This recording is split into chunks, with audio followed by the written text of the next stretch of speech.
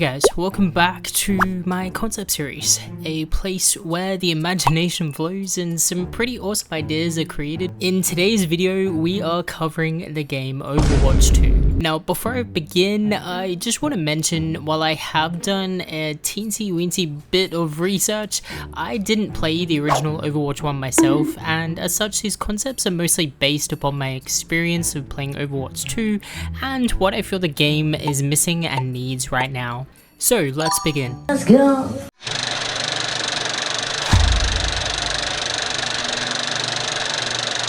When you get to a certain point where you've been playing this game for quite a while, like I have, an issue pops up that just gets more blaringly obvious as time ticks on. Gameplay begins to feel like you're constantly stuck in Groundhog Day, and it starts to get very repetitive and stale. Considering most games only last around 10 to 15 minutes, this is quite quick to build up as you play through the same character roster, modes and maps over and over and over again, all while earning mostly useless items in the battle pass that, let's be really honest here, no one cares about. What the hell? You just end up feeling like there's nothing really new or exciting that the game developers are implementing or that you as a player can work towards.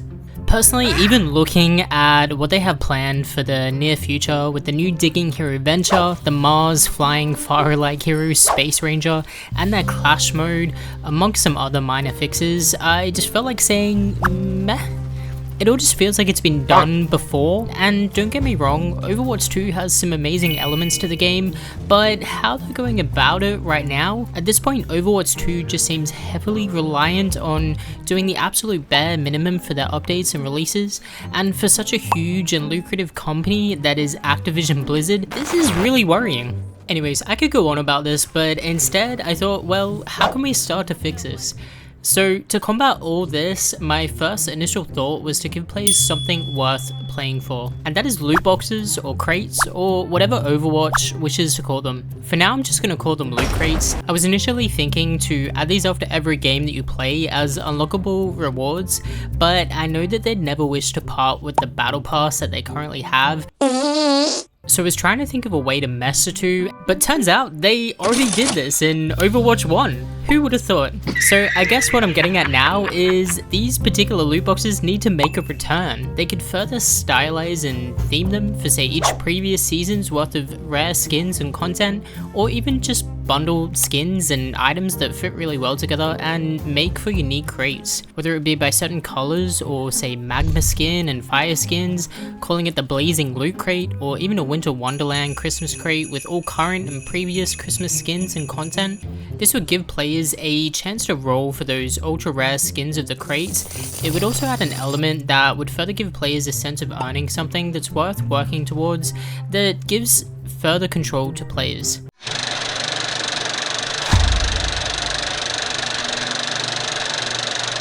As current releases go, we're on average getting a new hero every 4 to 5 months.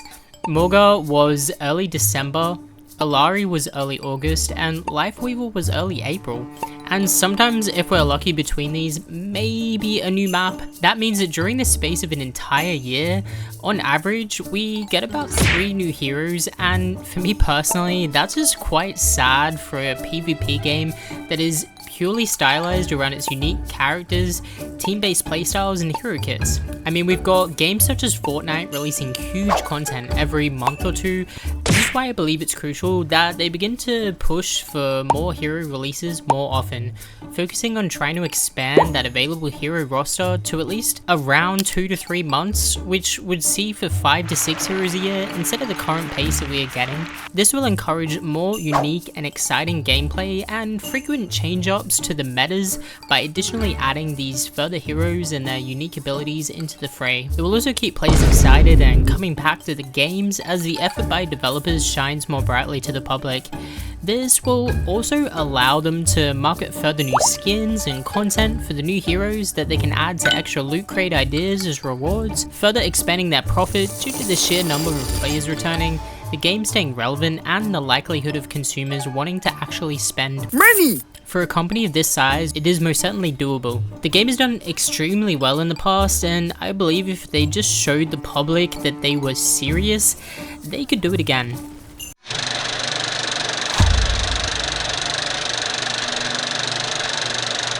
So to break up the usual repetitive nature of current game modes of Push, Flashpoint, Escort, and the soon-to-be Clash with the next update, I propose to add a further new addition to the roster in the form of the Gladiator Arena, or Arena for short. In arena matches, there are 2 sub-modes on top of the usual free queue and competitive options, which will be the PvP mode and a PvE mode. In PvP mode, this will take the usual team play style setup of 5v5 in regular games, but in a more open arena-esque styled environment and combat. Large crowds will echo and boom, circulating the entirety of the huge arena, cheering for their victors, even as far as chanting names of a character that is on a kill streak, or posting signs and emojis amongst the crowd for certain characters, adding to the buzzing atmosphere and excitement of the mode. The basic aim of Arena in PvP is to defeat all of the enemy team members within the allocated time per round. I'd say about 10 minutes each, but I haven't quite worked that out yet. Like regular games, there'll be the usual 3-round setup with, at the end of each round, if a victorious team has not yet been decided, it will trigger a sudden death round, to where players with the highest kill counts from each team, or even allowing for player voting to who from each team will represent them, will duke it out in a smaller zone of the arena, while the rest of the team looks onwards to attain the point for their team for the round. The next round will then proceed until the usual 3 rounds or a 2-round victory by one team is achieved. Each team will start at opposite ends of the huge arena behind a large gate that draws upward when the official match begins. Now in Arena, once you are dead, you cannot revive yourself, at least not without the help of your allies such as Mercy or this next feature which I'm about to share with you. Around the map, there will be randomized buffs and debuffs that will allow for various effects on top of your character's skills that can help make or break your team towards victory. Much like how medic packs are currently in existing games, this will be the appearance of how I envision most of the buffs shown, but with different symbols for their numerous different effects. Buffs and debuff spawns will be lined around the circular exterior of the arena in an orderly setup and will be available in the center of the arena also, but in a much smaller circled area. But there is a twist for this particular area of map. Wow. The center part of the map is guarded by a guardian. Whether it be a large omnic lion or even a towering robot colossus like they had in some of their cutscenes of recent updates, this will require teamwork to defeat it and to gain access to those rarer, more sought after buffs and debuffs for your team in the center. Spawns around the entire map will also be at random and change quite frequently as the game progresses. So yes, there is a small chance that rare buffs can be spawned around the outside areas as well. Buffs that aren't instant can be saved by a player as a held item and used with a set button or key. Though, rules. You may only hold on to one buff at any given time, and buffs cannot be exchanged while you hold another one. I thought about this in particular, and I think it would make sense to be able to drop a buff if you have hold one, adding a unique team dynamic that could see for the stealthier players like Sombra being dubbed as the collectors of the maps, swiftly scouring the maps for rarer buffs to bring back to their team to drop and allow another player to pick up. Perhaps though, adding a limit to how long buffs will last on the ground is necessary to avoid teams hoarding buffs and debuffs for an unfair advantage later in the game. Every round, all buffs that players have or are using will reset. So apart from the medic packs for healing and rare revive orbs for fallen comrades that will take some strain off a team that doesn't have Mercy, I imagine there would also be attack boost buffs, attack speed or movement boosters, temporary shield buffs for you and or your team as a whole, buffs that allow for temporary spawning of objects such as, say, a large rock, or objects that could be climbed, or even walls such as Maze Ice Wall for example. Debuffs can be lobbed at enemies for various negative effects if hit and not blocked by their shields, such as slowing them down or even burns or poisonous effects to certain areas that could work to your advantage. Even a buff that will allow for the separation and scattering of enemy teams to random points around the arena if you should happen to find yourself in a bit of a pinch where your whole team has died and you just happen to be the sole survivor left. though perhaps this particular split buff could be on the extremely rare side, making stronger buffs such as this only available once per game just to avoid spam and overuse, but also holding to the rules of the arena that only one buff can be held at a time, and dropped buffs will fade if not picked up quickly. In PvP mode of Arena, I pictured it more like an enemy wave style of format, to where you were dispatched against a multitude of different evil organizations, Talon being one, or even factions of Omnics such as the Guishan could open up the game to further unique hero releases in the future. Depending on the arena map being played, each new arena map released for PvP also gives unique elements to every PvE version, such as enemies for each map and theme alternates to styling and potential objects and features littered around the arena. This will add room for unique stories and potential cutscenes through PvE as you progress through the waves of troops, with many cool infantry, boss battle rounds, and further cutscenes introducing them into the fray to add to the storyline. And yes, the buff system will still be available, but I feel like removing the Center Guardian for PvE would be necessary, as the focus here is of the enemy organization itself. PvE modes also will last a lot longer, adding further lore into the stories with unique cutscenes as your team moves up through the rounds. If a team member leaves, another player can spawn in to fill that gap, or just add a bot so there's no issues. So far, there are two maps I've considered fully for the arena mode, one being the obvious Colosseo Arena, but in its more medieval Rome style setting. The next map I had in mind for arena was more of a sci-fi approach as arena style maps go, and it is the Talon Arena. So the little story I envisioned behind this particular map is that you are a group and you're captured and forced to do battle for the entertainment of Talon and its ilk, and to see if you're worthy in the eyes of Doomfist, who overlooks the arena. Perhaps even tie this into some sort of black market game where people are betting on you, so the crowd may be less boisterous than other maps and more calculating and posh. On top of these two particular arena maps, they could go further into the elemental style routes and add more water themed maps with a ship or lava for a MAUGA and his deep sea raider style map, or even a Junkertown apocalyptic Australian style map, allowing for a unique arena experience with wastelands and cliffs and even big cracks that enemies can be pushed and fall into. With the new arena mode and a Talon arena map specifically, this next addition I thought fit quite well in regards to a new hero concept.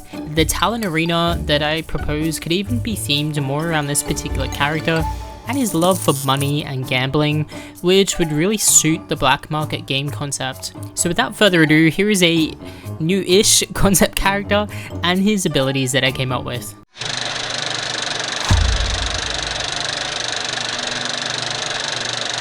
Introducing MAXIMILIEN. MAXIMILIEN will be a new support character, taking more of a Zenyatta DPS style role of support with his Omnic characteristics, but with an added Junkrat style twist of gameplay. MAXIMILIEN is the owner of the Casino Monaco and hails as one of Talon's innermost circle members. His design always stood out for me as a character that they were gonna implement, but they just never got around to for whatever reason. So here is my take on what I thought would be a pretty cool support character with a unique in-game kit. His basic left click and primary fire is called Dealer's Hand, which sees MAXIMILIEN shooting projectile energy styled playing cards at enemies or allies, but there is a twist here. Obviously allies don't take any damage as enemies do, but both get a stack effect added to them called debt. For every successful hit, MAXIMILIEN is able to stack debt further on allies and enemies alike. MAXIMILIEN's right click ability is called Collect Debt, which sees him given the ability to essentially detonate the debt that is stacked on all of his targets at once. On enemies, this will explode, dealing further damage, and if higher amounts of debt are stacked, increasing its damage done. This works in reverse for allies, where instead of exploding, Collect Debt will allow for healing of allies, again increasing the amount healed by furthering the stacks on each of his targets. His initial attack speed and style I pictured similar to that of Zenyatta, with Collect Debt resembling more that of Junkrat's ability to detonate his bombs. His ammo was set at 52 cards before he must reload. I thought this was kind of a cool artistic concept, as most full decks of playing cards are 52. and I envisioned his reload animation could be seen as more of a sleight of hand manner to where they come from underneath his sleeves of his tuxedo, hinting at his money laundering and cunning personality. Just to add a bit of a nerf as well, debt stacks are reset if Maximilian dies or moves too far away from enemies or uses his collect debt, obviously. Maximilian's E ability is called Lucrative Deal. This allows him to send out a small electrical pulse around him that will deter close range enemies for a brief time, pushing them away and stacking a bulk amount of debt to all enemies and allies caught within the pulse, much like how Ilari's burst works but without the jump mechanic. It also makes sense that it pushes enemies away due to a deal being made and debt being applied. This will also help with his range of healing, giving him access to more bulk healing features where he doesn't always have to constantly target allies directly to constantly collect debt to heal them. His left shift ability is called Vast Resources. This increases his movement speed for a short time and will also apply a homing effect to his basic attacks for a short time as well, allowing him to further apply debt stacks to targets. I pictured this similar kind of to how Kiriko's homing talismans work, but obviously they're going to be playing cards instead.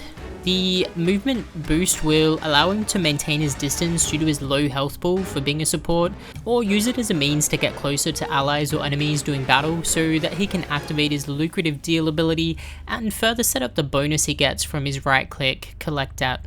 Maximilian's ultimate ability is called Unlimited Wealth. Unlimited Wealth summons a card dealer Omnic from one of his casinos to a target location. The dealer will continuously shoot out his energy-styled playing cards at all enemies and allies within its target range, though these don't do any damage to enemies like Maximilian's basic attacks do. Instead, the cards constantly apply an unlimited supply of debt that will keep stacking for the duration of the ultimate and for how long they remain within the area.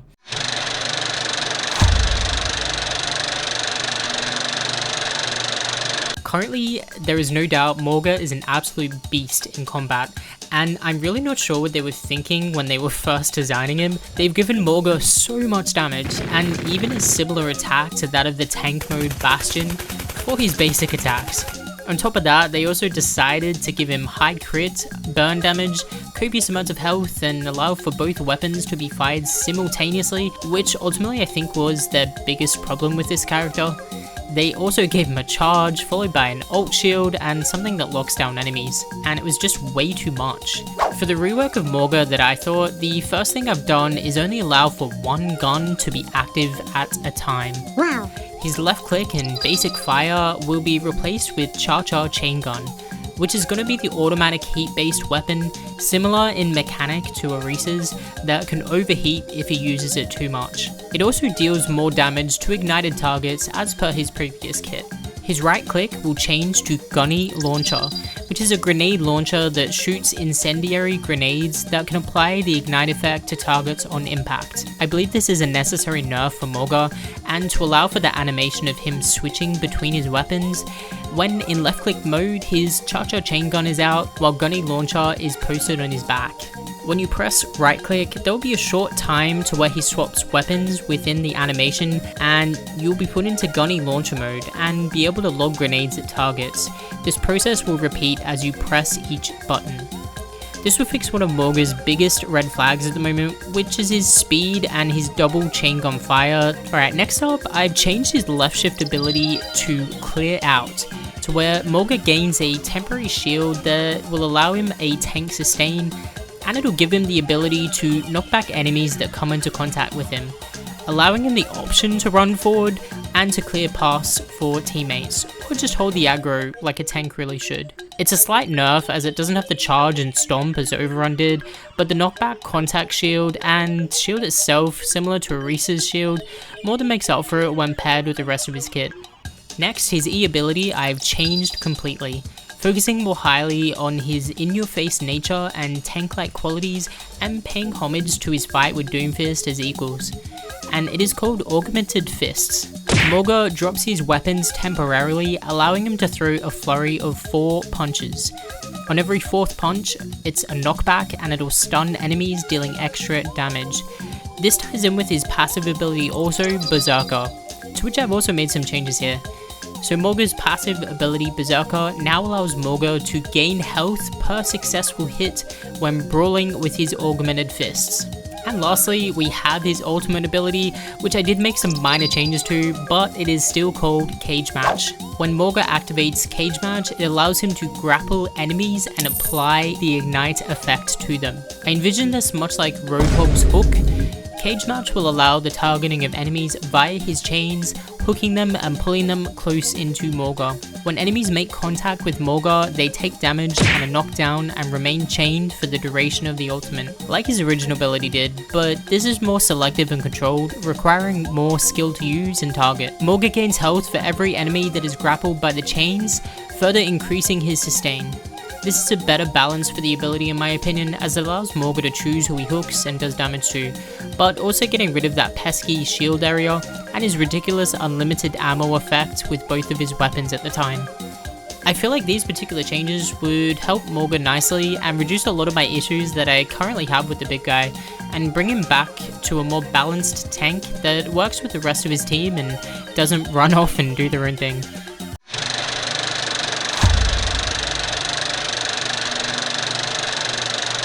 Alright guys, finally for the last concept of today's video, and I'm sorry to say we do have another support hero, but I think you guys will like him, and he is Overlord.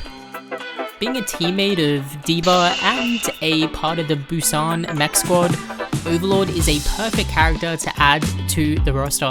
Overlord will be a support hero that will tie in directly with his lore and the story, as he uses a mech similar to D.Va's called Mastermind. Seeing as they are both mech pilots, there are going to be some similarities with their abilities, but since Overlord is the support, he will be more focused on supporting and that of healing his allies. Overlord's basic left click attack is Gatling Cannon. Gatling Cannon uses his big medium range chain gun connected below his mech. His right click ability is called Healing Scan, and this puts out a scan in front of him that can heal allies that are close to him, but this will run out of charge if used too much. Think something similar in feature to Moira's Healing Mist, but the animation is gonna be more robotic as it scans and heals allies. So in regard to the animation and coloring, more along the lines of Symmetra's beams, but obviously a scan. This will pay more homage towards his engineer style of nature and how he's considered the mech repairer of the mech squad. His passive is the same in Eject as D.Va's ability. When he's ejected, his left click attacks are called Attack Drone, which will utilize a small drone that'll float above him that shoots when he shoots. Like D.Va, he's a lot more vulnerable outside of his mech and can be taken out easier. His left shift ability is Boosters, which is exactly the same as D.Va here. I initially was going to give him something completely different, but D.Va in the lore actually noted him to be the best pilot that she knows, so not leaving some sort of flying movement feature in there, especially while he's a mech like D.Va, would have been a crime. And what better way to show he's connected to D.Va than this?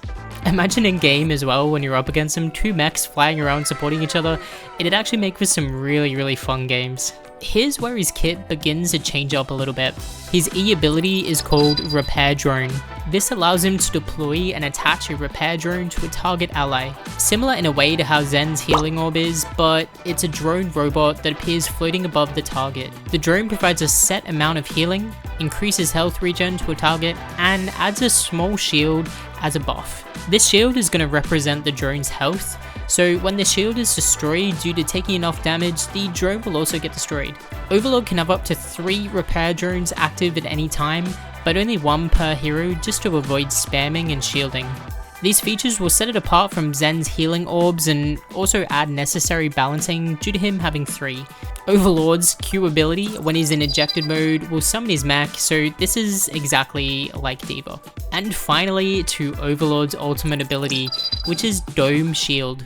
Overlord deploys a large dome shield that protects allies from outside threats. Inside his dome shield, all allies are constantly healed, with the dome applying increased healing regeneration, similar to that of Winston's shield, but also Lifeweaver's ultimate where it heals. I pictured the animation for Overlord's ultimate to be him pushing a button and the drones come flying out of his mech in the air to produce the dome shield. Perhaps similar to D.Va, he can have voice lines throughout the game as well, but referring to his mastermind mech for assistance instead. Anyway guys, that's the end of today's concept video, so I hope you enjoyed it. As always, there are many more ideas in the works. Overwatch 2 is such a cool game to design things for, and I did go a bit crazy and managed to make a considerable amount of new heroes and cool ones to add to the rosters for future videos, but I'll save that for later. So don't forget to subscribe and to like the video if you like my ideas, and to be notified on future videos coming up. Anyway guys, thank you for watching. I will see you later.